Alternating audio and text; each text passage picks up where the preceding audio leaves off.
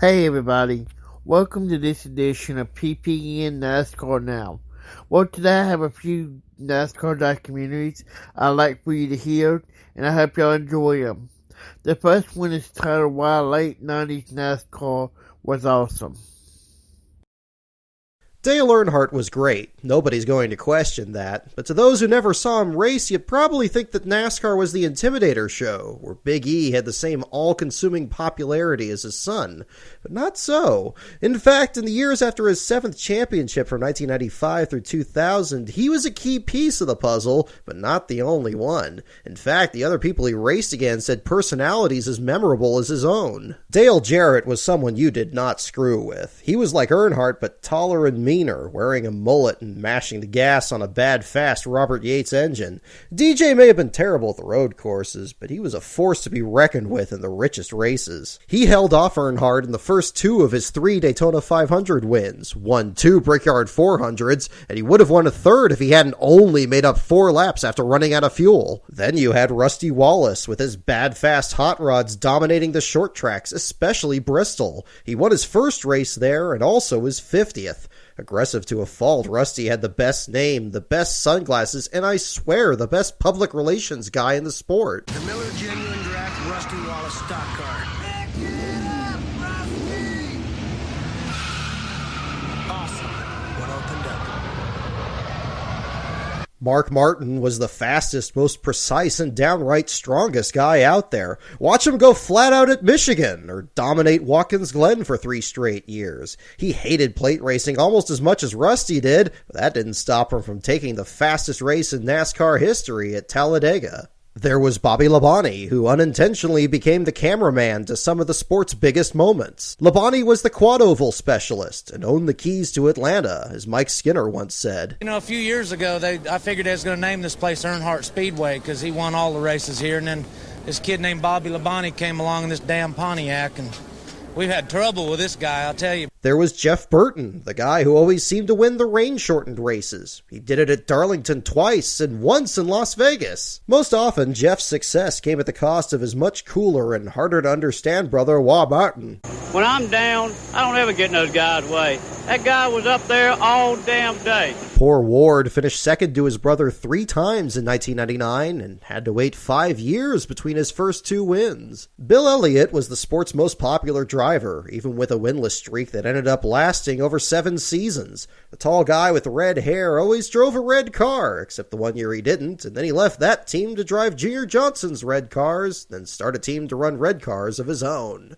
Then there was the elder statesman, Darrell Waltrip, the man without a generation. He'd bridged the gap between the Pettys and the Earnhardts, but you know what? He never quite fit in with either group. Too young for the first and too old for the second. Winless since '92, DW still gave the best interviews, and he had some of the best-looking cars on the track. I only say some of the best paint schemes because the very best belonged to Kyle Petty. Mellow Yellow, Coors Light, and the true Mount Everest of them all, Hot Wheels. Each one of them matched the wild style of the King's son, who also had the best hair. And these were just some of the most iconic paint schemes of the time. The Skull Bandit, the Tide Ride, the Kodiak Bear, and Cartoon Network Wacky Racing.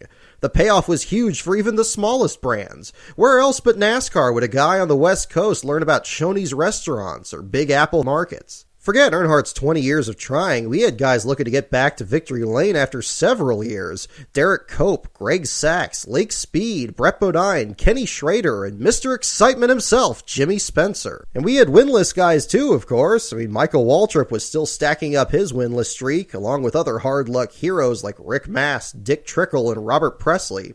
Even the guys running further back still had awesome names like Gary Bradbury, Billy Standridge, and the king of them all, Roy Buckshot Jones. Young Guns? Heck, the closest thing we had to that were Jeremy Mayfield, John Andretti, Johnny Benson, Bobby Hamilton, and Joe Nemechek, and all of them earned their stripes before they won, and when they did, it was a story. This last week at Rockingham, man, you said, well, we had a bad day here, we always do, we're going to go to Phoenix to win the race. By gosh, you did it. And these guys cared. Even a top 10 wasn't taken for granted. A lot of people left you for dead. Your career, you've shown them that you still have the fire. They didn't put quite enough dirt on me.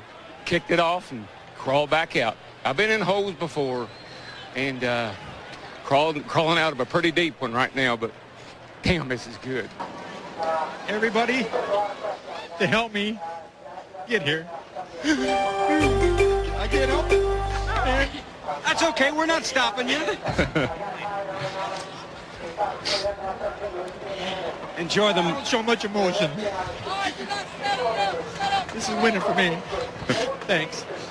This was a golden age where the greats were at their greatest. Terry Labonte was the Iron Man, not letting an injured wrist stop him from his 600th consecutive start. Ricky Rudd nearly passed out trying to win in his 16th straight season. Dave Marcus drove in wingtip shoes for 32 straight Daytona 500s. Speaking of the 500s, Sterling Marlin won 2 in a row, which no one has done since. Then you had Ernie Irvan, who lost an eye and nearly his life in a wreck at Michigan. 3 years later, he comes back to the same track and wins. It's pretty emotional.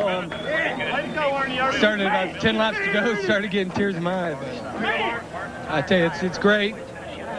Only in America, you know what I mean? All of this was presented across several TV networks, and each of them had their own adrenaline-pumping music. Forget Blake Shelton. This, ladies and gentlemen, is how it's done.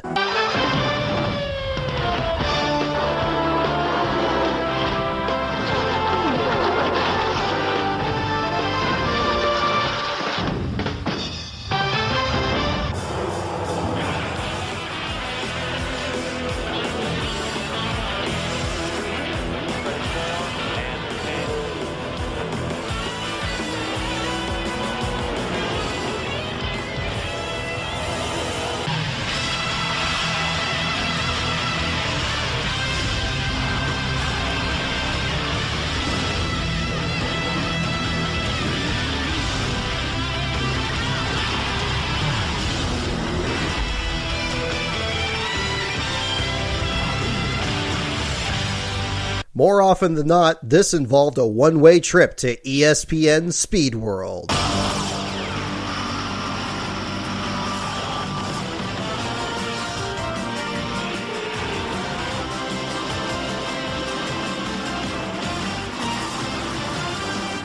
ESPN, the worldwide leader in sports, and the National Association for Stock Car Auto Racing, NASCAR, welcome you live for the Pontiac Excitement 400 NASCAR Winston Cup race. Bob Jenkins, Eli Gold, and the granddaddy of them all, Ken Squire. These guys knew you were in for something epic. 1 minute until they start the engines. 43 Winston Cup cars lined up single file, ready to go for 200 laps, 500 miles. $2.6 million at stake. These networks even took the time to build storylines based on previous races. Finally, the track too tough to tame welcomed Jarrett to victory lane, but Burton battled tire trouble in Texas, then got mashed 1 week later in Martinsville. If they missed anything, you would get introduced during the starting lineup, which introduced not only every driver, but eventually every paint scheme. Hey, you know something, buddy? Todd Bodine getting rave reviews from the crew in that number 30 car. Absolutely. I talked to the crew this morning. They said he is so knowledgeable about the race car.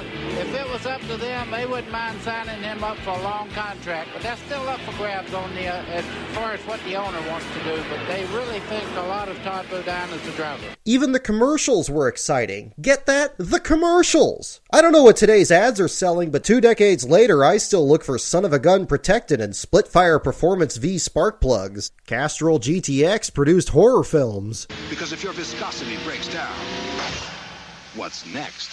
I also still live by a few simple truths. Hooters make you happy, wider is better, and if you want to add more life to your car... Take it to the stars. Let me ask you this, when did we become too good for jingles? I can still remember... We keep America running. We keep America running. And I can still sing every one of the words to the one true beer commercial. Come on along, head for the mountains of Busch Beer. Head for the mountains, it's cold and it's smooth, and it's waiting for you. Come on, head for the mountains of Busch Beer. I don't even drink beer. All of this was in service to the greatest hope of all, that Jeff Gordon wouldn't win yet another race. I'm not kidding. Forget Earnhardt. Gordon was the greatest villain the sport had ever seen. Clean-cut, smiling, and dominant. You just wanted to see the old folks get one more chance to take him down. And when it happened, it was glorious. And look at the damage on Jeff's car. Oh, my goodness. That car looks to be a wipeout. And that's the worst spot you can hit this car. You can hit these cars. We see him trying to get back to pit road. Gordon has had finishes of 39th and 43rd already this year. 39th coming at Rockingham and finished 43rd last at Texas. And it's going to be another disappointing finish for Jeff Gordon, the defending series champion. Now, a lot of people ask, why did so many fans cheer Jeff Gordon when he crashed? Because so many fans weren't Jeff Gordon fans. We like the veterans that came before. And in the words of Dylan Thomas, we were raging against the dying of the light. We knew Gordon was the future, that he was so good none of the veterans could stop him. But we knew just if he somehow fell out, maybe one of the old guys could still win another race. But that was happening less and less, and through this same era, Gordon reigned supreme. There was no Earnhardt and Gordon rivalry. Like many of the 24's wins, the victory was decisive. What made this era the best was that we all knew it was ending, and we feared what was coming. And the future did come. In 1999, Dale Jr. and Tony Stewart. In 2000, Matt Kenseth, Ryan Newman, and Kurt Busch. In 2001, Kevin Harvick. And of course, Jimmy Johnson. Not only had we lost the Intimidator, but the very face of the sport had changed completely. Several retirements and a few changes to the cars later, and here we are today. Now, what's the one thing I haven't mentioned in this entire video? The racing itself.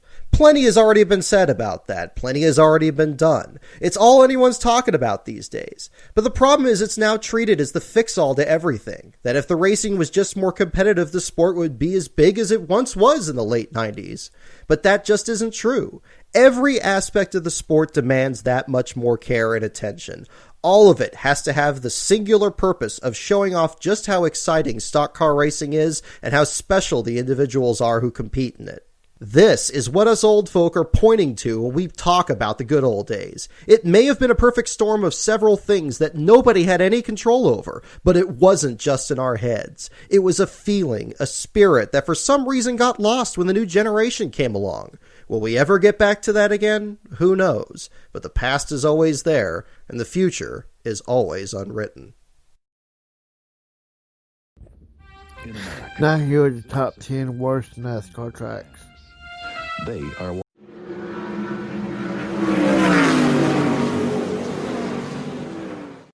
The NASCAR Cup Series has held nearly 2,700 races across more than 170 different tracks since its inception in 1949. And of those 170 tracks to host a big league NASCAR event, they ranged all the way from ultra-modern, state-of-the-art cathedrals of speed to simple dirt ovals carved out into the countryside. But the true magic of NASCAR is that you don't have to dump millions into a facility for it to be a fan favorite. A little ingenuity and some good management can go a long way in making both drivers and fans alike happy as can be. But some tracks today live on in infamy, detested by drivers and viewers alike, and some even by the people who built and managed them. Maybe the tracks produced boring races, maybe they were a dump nobody wanted to go to, or possibly they were just so dangerous that drivers said to hell with racing there, or in a few cases, all of the above. So today let's take a look at what I think are the top 10 worst tracks to have ever appeared on the NASCAR Cup Series schedule. To make this list, there are only two criteria. One, you have to have hosted at least one Cup race to date, and two, the track has to have a fairly uniform history of being bad in some respect. I'll be looking at the track's overall history inside and outside of NASCAR. So a stretch of bad races recently will not override decades of good racing prior. So with all of that taken into consideration, let's get into it. Number 10, Talladega Superspeedway. What? Alright, let me explain. Okay, so Talladega today is a fan favorite with rabid turnout, drunken days-long parties taking place in the infield, and great close pack racing happening on a regular basis. But there are a lot of underlying issues that just barely put it on this list. When the track first saw the light of day in 1969, it was mired in controversy. A tire war between Goodyear and Firestone led to a driver walkout, and only 3 competitive cars took to the track, as field fillers were brought in at the last second. Bobby Isaac, one of those competitive cars, dropped back early on. And then of those 2 that were left, a scoring error means that we're not even sure which one of them actually won the race, even to this day. Add that rocky start to a litany of driver injuries and fatalities, and now we're talking about a track that is almost too dangerous to run at. NASCAR legend Tiny Lund lost his life here, Wendell Scott suffered a career-ending injury, and Dale Earnhardt Jr. had a wreck in 2012 that gave him a bad concussion and eventually led to his early retirement at the end of the 2017 season. And if all of that wasn't bad enough, Bobby Isaac once pulled off the track in the middle of a race and got out of his car because he said he heard voices in his head that told him to stop or else. Later in that same race, Rookie of the Year winner from the previous year, Larry Smith, died in an accident. And let's not forget about Bobby Allison's 1987 crash and Carl Edwards' 2009 wreck. Now we have to talk about how this is one of the few tracks where fans actually risk life and limb just sitting in the stands. And we haven't even talked about the multi-car pileups that make car owners seethe with anger at the mere mention of this track's name. The big one is such a ubiquitous event associated with Talladega that nobody wonders if it's going to happen or even when. It's a matter of how many times it will happen throughout the day. Nowadays, races at Talladega are so marred by wrecks that they routinely go over their allotted runtime. And just this year at the second Talladega race, the event got booted off of network TV and was sent to cable, and hundreds of thousands of people never even got to see the end of the race. Oh, and I haven't even mentioned the yellow line rule yet, but hey, that's a topic for another video. It's a fun track, no doubt, but man does it have one sordid history and a lot of modern kinks to hammer out. How racing at Talladega will look as the years roll on is yet to be seen, but whatever happens, it will remain a fan favorite for a long time, no matter how badly it hurts the wallets of every team in the sport. Number 9, Kentucky Speedway. Only a phenomenal final race in 2020 saved this track from being higher on the list. But with years of boring cookie-cutter races under its belt, it's safe to say that Kentucky left a lot to be desired. The 1.5-mile track with 14 degrees of banking was a product of its time, and was part of an expansionist phase with NASCAR to put big venues in big markets, but it just never took off. When it was brought onto the schedule in 2011, hopes were high for this track. It had originally been built in 2000, and with the 11-year-old surface and ultra-wide track, many thought the racing would be phenomenal, as it had been in the Busch and ARCA series from the previous decade. But the track just produced snooze fests. On top of that, its first race in 2011 was plagued with infrastructure issues, and a massive traffic jam on opening day meant that thousands couldn't even make it to the track for the green flag. Later they fixed these issues, but in 2015 another problem popped up. Drainage problems were compounded by weepers in the turns that held water and slowly expelled it onto the track over the course of hours. So even when the rain stopped, the track would take hours upon hours to fully dry. They repaved it for the 2016 season with higher banks in turns 1 and 2, but 3 and 4 were left at their normal 14 degrees. And the width of the track was also reduced from 72 feet to 56 feet, so that its one saving grace of a wide track surface was taken away. Despite being near the promising markets close to Louisville and Cincinnati, in 2020 it was announced that it would be dropped from the schedule for the 2021 season, and very few NASCAR fans mourned its passing. Instead, it was met with a firm, good riddance. Number 8, Raleigh Speedway. Today, we race fans get peeved at people who decide to build their homes next to active racetracks and then complain that there's too much noise. Myrtle Beach was torn down in part because of such complaints. Nashville has to deal with strict curfews and noise ordinances to this very day, and Laguna Seca can only hold races on certain pre-approved weekends. This is, of course, absurd. If you don't like the noise, perhaps you shouldn't have built your house next to a racetrack. I mean, what did you think went on there? But what about the opposite happening? What if you built your house far away from the hustle and bustle of the city, only to have a 1-mile superspeedway built on your backyard? Well, that happened in Raleigh, North Carolina. Built in 1952, Raleigh Speedway was one of NASCAR's first paved superspeedways, being 1 mile in length with 16-degree banks. It offered up some of the biggest prize pools in NASCAR at that time, and IndyCar races were also popular at the venue. They even installed stadium lights at the track and would usually race the Cup Series on the night of July 4th. But that only exacerbated the problem with the locals, who had to deal with the noise all throughout the year from modified races and weekly racing on the quarter-mile infield track. In 1953, the track had 2 fatalities in one night, when Bill Blevins stalled on the backstretch coming to take the green flag. The track's lighting was dim and Bill's burgundy car was hard to see from the press box nearly half a mile away. So NASCAR started the race thinking nothing was wrong. But then as the cars came around, everybody scrambled to miss Blevins, except Jesse Midkiff, who hit him head on, and both drivers died instantly. That event thereafter was referred to as Black Saturday, and it gave the track a dangerous reputation. And with complaints against the Speedway continuing to pile up, when promoter Bill France had an open slot for Daytona for the July 4th weekend of 1959, he canceled the race at Raleigh and moved the date to Daytona, where it remained until just this year. The track was abandoned shortly thereafter and the land was repurposed over the years. However, a portion of the backstretch still remains in the woods next to a Duke Energy substation, and as fate would have it, the portion remaining is the site of Blevins and Midkiff's fatal accident. Number 7, Islip Speedway. One of just a few tracks ever built on Long Island, New York, Islip Speedway is credited with hosting the first Demolition Derby and Figure 8 races ever. A novel idea from track owner Larry Mendelson drew in tons of fans, and they ended up sticking around for the real racing, quote-unquote, that went on too. It was a massive draw for modifieds, but the Cup Series also came by from 1964 until 1971, and the races were big hits with the fans. So what's the problem? The track was just way too small. It holds the distinction of being the smallest track to ever host a Cup race at just 1/5 of a mile long, even smaller than Bowman Gray Stadium. And the Cup Series was bringing 25 to 33 cars per race. It was so bad that guys in the back of the pack would know when to take the green flag because they could see the leaders taking it in their rearview mirrors. Also, due to its small size, it was incredibly hard to pass. During its entire run in the Cup Series across 6 races, there were a combined 12 lead changes. That's it. Plus, when you take into consideration that it was halfway up Long Island, and the logistical nightmare that must have been driving through New York City just to get there when there's another race just a few days later in Maine, yeah, there's no way Islip was going to work out long term. It lived on as a draw for the modifieds until the 1980s when it was torn down to build a cookie factory of all things. Number 6, Columbia Speedway. Hosting one of the last dirt races ever in the Cup Series in 1970, Columbia Speedway in Casey, South Carolina was a massive draw for the Cup Series and weekly racing series for decades. Its hard-packed dirt surface produced fast racing and intense side-by-side action that was so good that the Cup Series routinely came here 2 or sometimes even 3 times per year. And as such, the list of winners here reads like a list of Hall of Famers. Fans loved the track and turned out in droves to watch the races of all kinds out here, and it even had lights for night racing during the hot summer months. So, what's the problem? The track had some serious design flaws in its construction. To put it bluntly, it was just really, really outdated.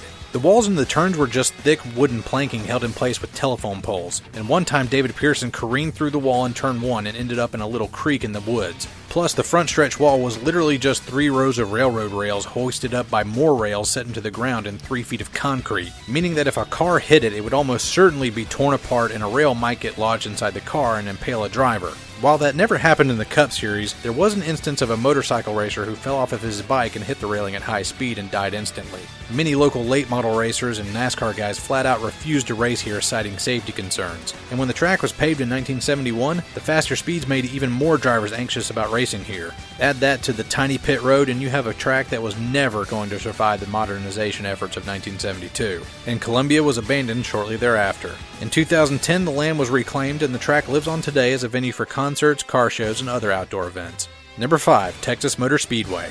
Okay, so the litany of reasons why this track ended up being so high on the list is a long one, but here's the Cliff Notes version. Originally built as a state-of-the-art track that would host NASCAR and IndyCar races, track owner Bruton Smith bought out North Wilkesboro Speedway and left it to rot in North Carolina just so he could have a guaranteed race date.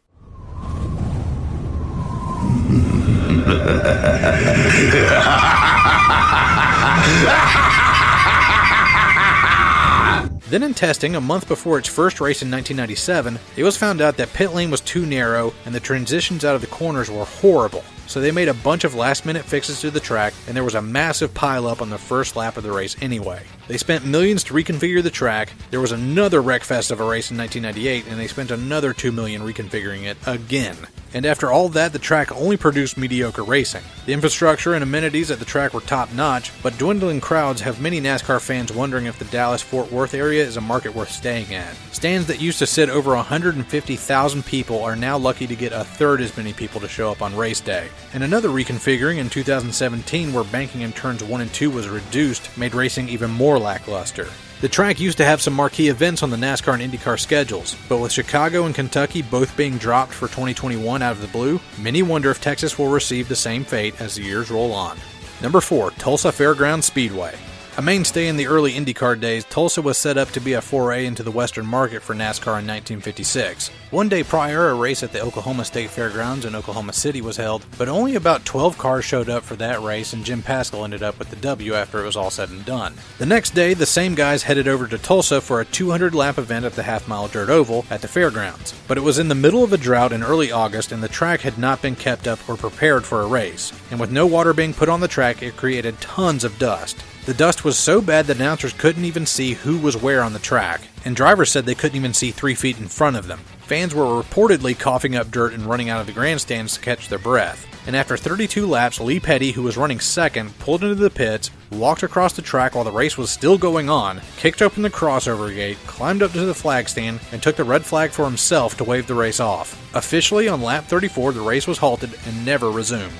No prize money or points were awarded, and everybody packed up and left and acted as though the race had never even happened in the first place. NASCAR never came back to the state of Oklahoma ever again.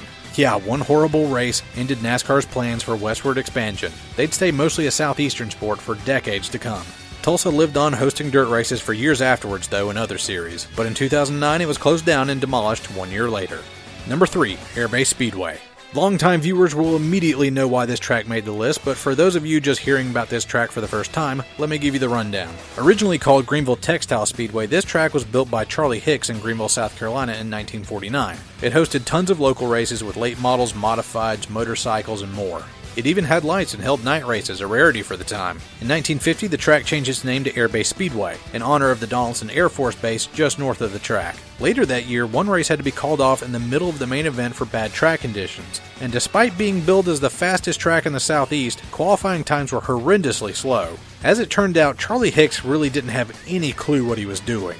The track also had no permanent amenities to speak of, and was overall just a kind of slapdash ramshackle affair. Hell, the track utilized wooden walls all the way up until its dying day. Despite bad track conditions, slow speeds, and virtually nothing in the way of luxuries for fans, Charlie Hicks did manage to weasel his way onto the 1951 Cup Series schedule with an August 25th race date. The race went off without any issues, and Bob Flock won.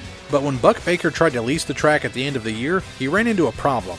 Hicks had tried to procure a loan for the track, but never disclosed that the facility had a lien on it from the bank. That netted him a fraud charge and a whopping fine of $19,000 in today's money, and that would eventually put him under. The track was sold and left to rot over the course of decades. It's now the site of an industrial park, but if you know where to look, you can still find a section of the backstretch today tucked away in the woods. Number 2, Texas World Speedway. Located in College Station, Texas, Texas World was supposed to be the next leap forward in tracks made for NASCAR. It was built as a 1-for-1 copy of Michigan International with a 2-mile D-shaped configuration, but Texas's banks were 4 degrees steeper for a total of 22 degrees. It held its first races in 1969 and would host NASCAR and IndyCar races just 1 year later. But in the first few years, something was amiss. The track was fast, there were plenty of lead changes, and drivers seemed to like the track itself, but the amenities left a lot to be desired. Building a 2-mile superspeedway ain't cheap, and the original builders had cut corners where they could. Rumors about bathrooms not working or overflowing persisted, and even by the standards of the time, everything except the product on the track was lagging sorely behind expectations. Fewer and fewer folks kept coming out to the races, and by the mid-70s, the track was taken off the schedule and changed hands and ownership a few times. One owner even went bankrupt trying to keep the place going.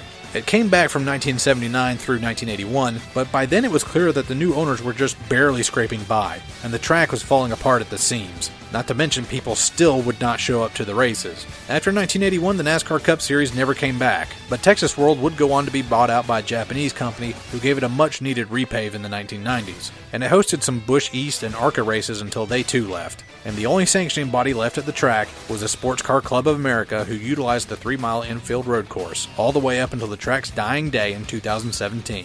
Nowadays, the track is in the slow and steady process of being demolished, but with the economy grinding to a halt, so has its destruction. So it still remains standing for now. A multi-million-dollar track with big ambitions falling apart from day one, and a rotating door of owners who could never make it work, meant that fans never wanted to turn out to the speedway, and off into the history books it went. Man, between it and Texas Motor Speedway and COTA and possible financial trouble, you might start wondering why we're even in the Texas market in the first place. It honestly seems like they just don't like auto racing down there, but that's a video for another time.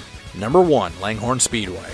Widely considered by many at the time to be the most dangerous track in the U.S., Langhorne Speedway in Langhorne, Pennsylvania was a 1-mile, almost perfectly circular dirt oval. And since the whole track was basically one gigantic left-hand turn, that meant that drivers were constantly in the throttle, and any mechanical failure or crash would result in a pile-up into the outside wall, which was just a thin strip of guardrail. No less than 18 drivers died at the track, and many more were injured over the years. Bobby Unser said of the track, "That was the most dangerous track on earth. I can't imagine another track being that dangerous." Both NASCAR and IndyCar drivers feared racing there, but that didn't stop it from being a hit with the fans. It routinely drew in 20,000 or more attendees at a time when most tracks couldn't even get half that. And being so close to the big market of Philadelphia didn't hurt either. While NASCAR stopped coming here in the late 50s, IndyCar pressed on. But in the 70s, when the track was paved and speeds became even faster, the danger was just too much and drivers boycotted the race. Langhorne was sold and demolished not too long afterwards. It was a founding track in NASCAR with a lot of history, but unfortunately, its configuration and lack of safety features sealed its fate.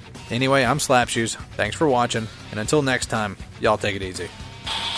Next up is the history of NASCAR retirement seasons. The end of a NASCAR driver's career can take many forms. The reasons can be financial, physical, or personal. Some make their final start without ever knowing it. Others decide they've had enough and simply step away. Still others decide to make one race their last, most often the Daytona 500. But for many of the sport's greats, they elect a retirement season, a victory lap across the country, giving their fans one more chance to cheer them on. The concept of a retirement season was foreign to NASCAR's pioneers. The dangers of the sport were enough to force a driver's hand. Back injuries got the best of Fred Lorenzen and Pete Hamilton, both winners of the Daytona 500. Lee Petty, Herb Thomas, and Wendell Scott each survived terrible accidents, only to lose their competitive edge. And for Joe Weatherly, Fireball Roberts, Tiny Lund, and too many others, their careers ended with their lives. But safety improvements allowed some of NASCAR's biggest names to race well into the 1980s. As the decade began, there were a healthy mix of ageless veterans and spirited up-and-comers, each grabbing up as many victories as the other. But in 1988, seemingly all at once, the old guard stepped aside. It began with Cale Yarborough, who prior to the 1988 season decided to split his full-season ride with Dale Jarrett. 2 decades later, when Jarrett retired, he would do the same at Michael Waltrip Racing, sharing his ride with David Rudiman. While Jarrett called it a career at the All-Star race, Yarborough would turn his final laps in the finale at Atlanta. In May, the tire wars between Goodyear and Hoosier left Buddy Baker with serious injuries after a Turn 1 crash in the Coca-Cola 600. By August, he was out of his own full-time ride. Gone, too, was Bobby Allison, who in June suffered the worst crash of his career at Pocono. The first lap wreck with Giacomo Giacomo cost Allison memories of his final Daytona 500 win just 4 months earlier. At season's end, Benny Parsons would run his final race for Junie Donlavey, then commit to his developing broadcast career with ESPN. Even the Silver Fox, David Pearson, eyed one last hurrah in 1989, reuniting with the Wood brothers. But after a difficult practice session, the driver with the second most wins in Cup Series history retired at age 54. Once a champion, always a champion. Just like that, Richard Petty stood alone. He'd outlasted them all, but the years had taken their toll. 5 years removed from his landmark 200th victory, Petty entered the most frustrating period of his career, his familiar STP Pontiac well back in the running order. Sometime during the first half of the 1991 season, Petty decided he would retire from racing. The announcement came on October 1st, just over a month before the season's end. But unlike his predecessors, he would not leave on such short notice. 1992 was dubbed the Fan Appreciation Tour. On paper, Petty's final season was just another disappointment. He never finished better than 15th, and finished on the lead lap only twice. Cynics considered it nothing more than a cash grab, as the fledgling souvenir market produced an entire series of custom diecast, one for each race. But the true measure of a driver's final season are the moments between the numbers, the countless tributes, appearances, and autographs.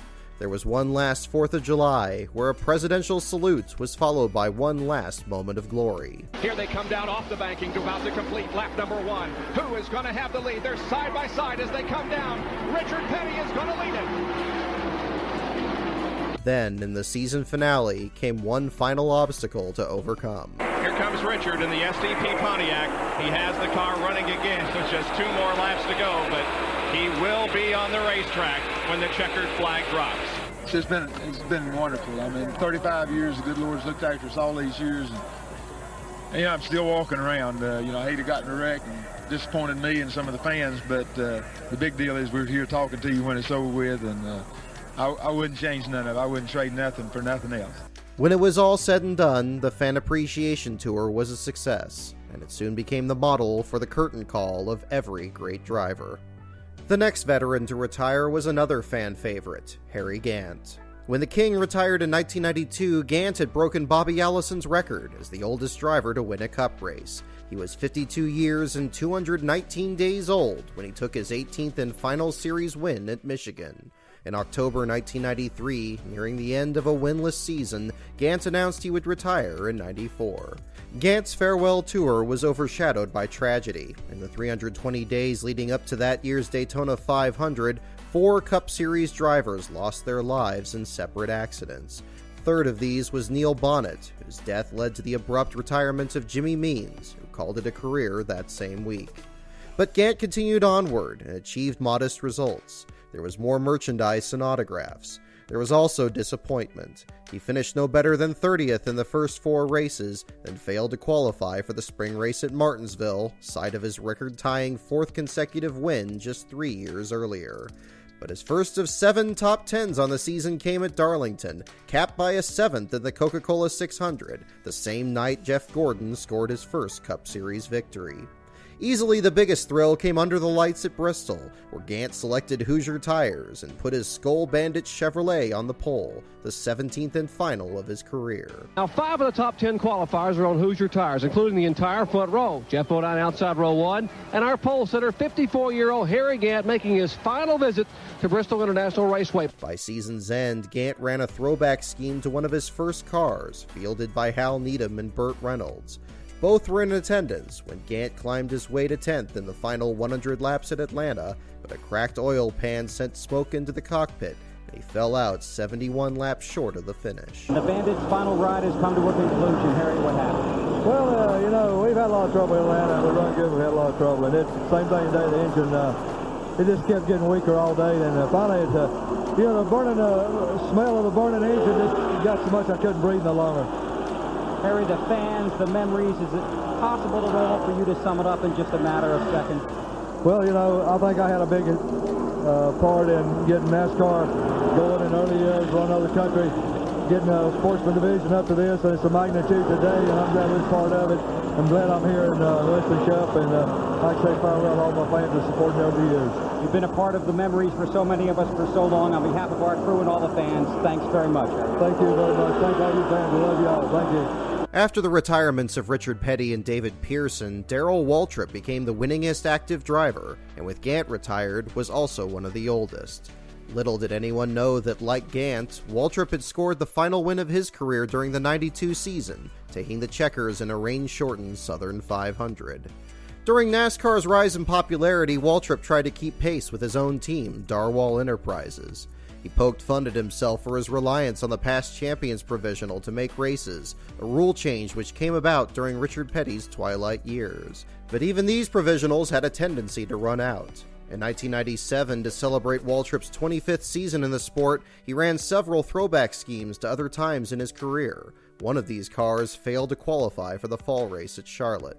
This turned out to be the 7th and final year Western Auto and Parts America sponsored Waltrip's team, a relationship that began with the team's inception in 1991.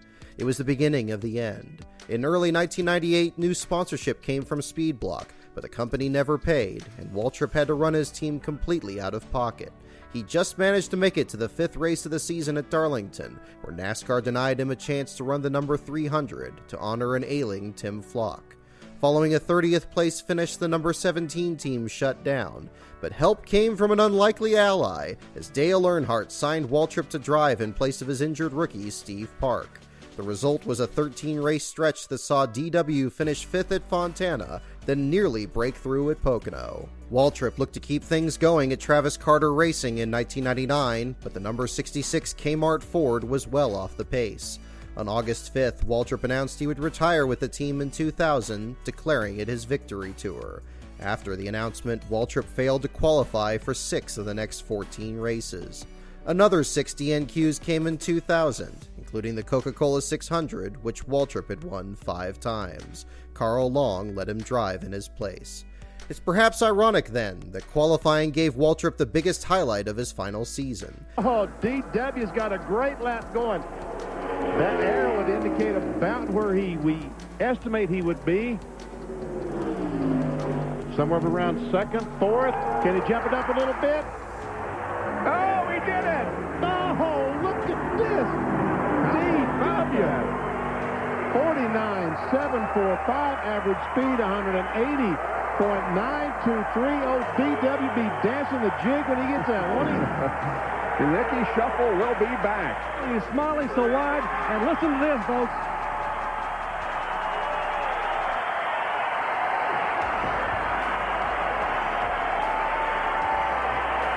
The farewell, what would it mean, DW, to roll off on the pole on Saturday and to roll into victory lane as a winner at Indianapolis Motor Speedway? I know you're not going to believe this, but I can win this race. I felt that coming up here. Robert and those guys have helped me with they've done a good job on my motors. Larry Carter, everybody's done a good job on the car, and I can win this race. I ran really good at Pocono. I didn't get the greatest finish, 22nd, but that gave me some confidence coming here because they're very similar. I like coming here. I get excited. I get pumped up, and that's a pretty good start right there. Ultimately, he would lose the pole to Ricky Rudd, just as Sterling Marlin had to Richard Petty at Daytona 8 years earlier. He finished 11th, the only time he ran better than 20th all season. The season finale at Atlanta, which saw Jerry Nadeau score his first Cup victory, came as ESPN signed off for what was then the final time. Waltrip, who won the first race ESPN ever broadcast, finished 34th. The next series of retirement seasons took on a different complexion, as many of the top drivers of the 1980s and 90s weren't so willing to retire altogether. The decision now was to retire from full-time competition in the Cup Series, leaving open opportunities to run in different divisions for any number of years. It is possible that this is what drivers had meant all along. In 1993, Richard Petty ran some laps around Indianapolis before the first Brickyard 400. Harry Gant filled in for an injured Bill Elliott in the 1996 All-Star race, and would also run a few Truck Series races. The trucks also attracted Darrell Waltrip, who ran 8 races after his final season, and even ran a Busch Series race at Martinsville in 2006. The trendsetter this time was Bill Elliott, the sport's most popular driver. In late 2003, Elliott had scored a convincing victory at Rockingham, then came within 1 lap and 1 blown tire of winning at Homestead. He remained purposefully vague on if he continued to run full-time in 2004. The announcement came on December 4th, 2003. Elliott would run part-time in a new number 91 Dodge for Ray Evernham, leaving open his full-time ride in the number 9 for rookie Casey Kane. That October, as Kane was well on his way to Rookie of the Year, 2 more drivers followed Elliott's lead. On October 12th, 2-time champion Terry Labonte announced his Shifting Gears Tour. He would run 10 races in 2005, another 10 in 2006, then call it a career. Like Elliott, Labonte would run a new entry from his current team at Hendrick Motorsports, driving the familiar number 44 he campaigned for Billy Hagan. Unlike Elliott, Labonte would also run a number of throwback schemes, both to the Piedmont Airlines and Kellogg's cars he made famous. This move opened a ride for another future Rookie of the Year, Kyle Busch. 2 days later, on October 14th, Mark Martin announced that 2005 would be his final year competing full-time, but like Elliott, stated that he would run part-time for any number of years afterward. The Salute to You Tour would start in Daytona and wrap up at Homestead. Like Labonte's effort, Martin would run several throwback schemes to his career. Not only would he run the Stroh's Light, Folgers, and Valvoline cars he previously ran at Roush, but also a scheme resembling his ASA car that ran at Phoenix. Still another driver joining in was Rusty Wallace, who in the spring of 2004 snapped a 3-year winless streak with a victory in Martinsville. On August 30th, 2004, Wallace declared he would hang up the helmet for good at the end of 2005, Rusty's last call. Like Martin, Wallace would run a handful of throwback schemes to earlier phases of his career, featuring a recreation of Midnight at Chicagoland and a special scheme for the night race at Bristol, honoring his 9 wins there. With neither Elliott nor Labonte in the field for the Daytona 500, the focus turned to Martin and Wallace, and if either could score their first victory in the Great American Race. But in a cruel twist, both drivers wrecked their primary cars in the Gatorade duels. Wallace went to a backup car, but Martin wasn't so confident in his. I could win the Daytona 500 with that car. Can you win the Daytona from the 5? Can you win the 500 from the back in the backup car? Absolutely not. Never happened. That car could win, though. Very disappointed, Mark. Another one like that, though. I'm sorry. Somehow, the Roush Racing team pieced Martin's car back together, and he joined Wallace in the lead pack for the run to the checkers. Well, Genie, don't count Mark Martin out yet. He said, "Pass the message to Rusty Wallace with this big old motor and me pushing and him pushing me. There ain't no way they can stop us." In the end, Martin finished 6th and Wallace in 10th. The two remained equally strong throughout the championship season. While Wallace finished 8th in points without a win, Martin took the checkers at Kansas, won 2 Busch Series races, claimed his second All-Star race, and also took the IROC title. He finished 4th in Cup Series points and was just inches from beating Greg Biffle for the win at Homestead. While Wallace would never race again, Martin would compete until 2013, including 4 more full-time seasons. Terry Labonte would likewise continue to race well past the end of his Shifting Gears tour. Thanks to his experience in his past Champions Provisional, Labonte was eagerly sought out to help develop struggling teams. During 2005, when Jason Leffler was released from Joe Gibbs Racing's new FedEx team, Labonte made a number of starts before they eventually hired Denny Hamlin. He did the same thing in 2006, taking the place of Tony Raines at Gibbs' sister team, Hall of Fame Racing. One of these runs at Sonoma saw Labonte lead 17 laps and finish 3rd. Texas T would run until 2014, rounding out his career as a part-timer for Go Fast Racing. Interestingly, his brother Bobby Labonte would take over in 2015 and retire the next year. Overshadowed by Martin, Wallace, and Labonte was yet another driver, Ricky Rudd. True to his quiet demeanor, NASCAR's Iron Man elected to retire at the end of 2005 without much fanfare, so little in fact that his crew chief Fatback McSwain gave an emotional speech on his behalf during the drivers' meeting at Homestead. But as with the other 3, Rudd's retirement was somewhat premature. He made a one-off appearance the very next year, driving for an injured Tony Stewart at Dover. And in 2007, he earned one more full-time ride with Robert Yates Racing, taking over when Dale Jarrett went to Michael Waltrip Racing. But a series of injuries, capped by a hard crash at Fontana, put him on the sidelines for 5 of his last 11 starts. Jarrett retired at MWR the next year. It's perhaps appropriate that the current streak of driver retirements began with Jeff Gordon, who in 1992 made his first Cup Series start the day Richard Petty made his last. Like Petty, Gordon electrified the Daytona crowd in qualifying in 2015, and this time held the pole for his final Daytona 500. Like Martin, he found his way to victory lane, prevailing in a wild finish at Martinsville. Great like that.